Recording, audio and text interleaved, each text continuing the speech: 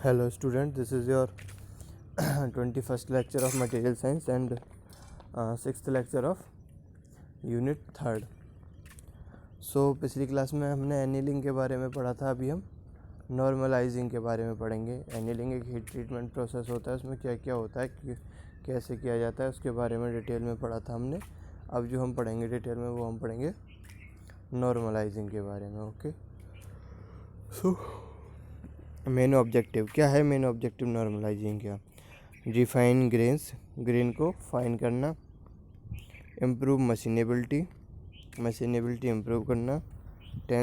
Improve machinability, tensile strength and structure of weld, यानी कि machinability को बढ़ाना है, टेंसाइल स्ट्रेंथ को बढ़ाना है, और स्ट्रक्चर मतलब इस प्रॉपर्टी जो होती है स्ट्रक्चर ऑफ वेल्ड उसको भी इम्प्रूव करना। रिमूव कोल्ड वर्क स्ट्रेस, यानी कि जो भी हमने उसके लिए उसमें डक्टाइल या ब्रिटिल कंप्रेसिव टेंसाइल जितने भी फोर्सेस लगाए हैं उसे इम्प्रूव करने के लिए उसकी क्वालिटी को, उनकी वजह से जो इसमें स्ट्रेस इंड्यूस हुई है तो उस इंड्यूस स्ट्रेस को क्या करना है, हमें रिमूव करना है जो भी कोल्ड वर्क से हुई है। Okay, remove dislocation due to hot working, hot working की वजह से डिसलोकेशन हुई है, यानी कि जैसे हमने स्लिप पढ़ा था, ट्विनिंग पढ़ा था, वो सारी चीज़ें हुई हैं, उन सबको रिमूव करना है। ओके, सो द प्रोसेस क्या है इसका?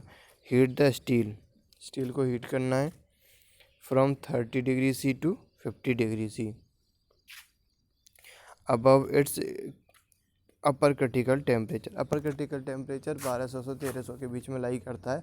उससे 30 से 50 डिग्री सेल्सियस तक ज़्यादा ऊपर तक गर्म करना है, यानी कि 1350 से 1400 तक। Held about 15 minutes and then allowed to cool down in still air, यानी कि पहले उसे गर्म करना है लगभग 1300-1400 डिग्री सी तक स्टील को। उसके बाद क्या करना है, उसे होल्ड करना है 50 मिनट तक, और उसके बाद क्या करना है, स्टिल एयर जो होती है उसमें छोड़ देना है उसे कूल डाउन होने के लिए। ओके, उसके बाद क्या होगा? Homogeneous structure provides a higher yield point, yield point क्या होगा उसका बढ़ जाएगी, तो उसकी डक्टाइल प्रोडक्ट स्ट्रेंथ क्या होगी, बढ़ जाएगी। Ultimate tensile strength and impact strength will with lower ductility of steel, तो ये सारी चीज़ें क्या हो जाएंगी, इम्प्रूव हो जाएंगे उनमें। तो अब एक क्वेश्चन देख लेते हैं। The process of reheating to reduce the brittleness without any significant loss in its hardness क्या होगी? हमने ये चीज़ एनीलिंग में पढ़ी थी, और किस टाइप की एनीलिंग में पढ़ी थी? रिलीव स्ट्रेस रिलीव एनीलिंग में पढ़ी थी, तो ये एनीलिंग इसका आंसर होगा। Okay, which of the following statement is not correct for normalizing? It is often applied to casting the relief stress, no, इसके लिए relief stress annealing होती है। It increases strength of the medium carbon steel to some extent. Better surface finish can be obtained in machining. It increase grain size, grain size तो ये बढ़ाती है ही, हमने ऊपर पढ़ा था रिफाइन ग्रेन। ओके, नहीं, ग्रेन साइज बढ़ाएगी नहीं, फाइन करेगी उनको। ठीक है, तो अब बचता क्या है? ब्रिटल सरफेस को फिनिश नहीं किया जा सकता, इससे यही है बस, बी पार्ट इसका आंसर होगा। B part is the answer. Okay, अब नेक्स्ट इज फेरियोडाइजिंग, ये क्या होता है?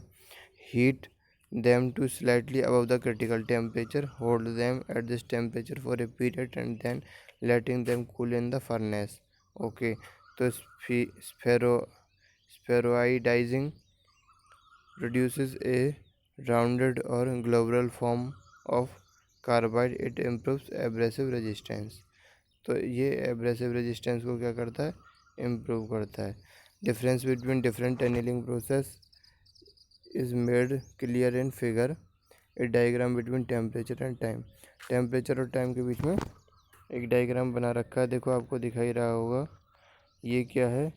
ये जो कर्व है ये नॉर्मलाइजिंग की कर्व है। देखो, पहले हीट किया जाता है, फिर सब प्रोसेस में यही है। कुछ एक्सटेंट तक क्या होता है, उसको उसको क्या किया जाता है, कुछ एक्सटेंट तक क्या किया जाता है, होल्ड किया जाता है, और उसके बाद उसको उसको मतलब कूल डाउन किया जाता है अलग अलग प्रोसेस से। अब देखो हीटिंग तेज़ की जाती है, तो जितनी ज़्यादा हीटिंग तेज़ होगी उतनी उतनी ही ये जो लाइन है वो टेम्परेचर की तरफ होगी। जितनी स्लो कूल हीटिंग होगी उतनी लाइन ये टाइम वाले कर्व की तरफ होगी। अब इसमें अगर हम कूलिंग की बात करें, जितनी तेज़ कूलिंग होगी उतना ही ये इसका क्या होगा, स्लोप बढ़ता जाएगा। और जितनी ज़्यादा स्लो कूलिंग होगी उतना ही ज़्यादा ये स्टीपर होता चला जाएगा। तो अलग अलग प्रोसेस की अलग अलग एनीलिंग दे रखी है।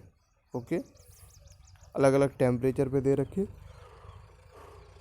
अलग अलग हीटिंग रेट और अलग अलग कूलिंग रेट के हिसाब से दे रखी है। We can differentiate them with the help of this diagram.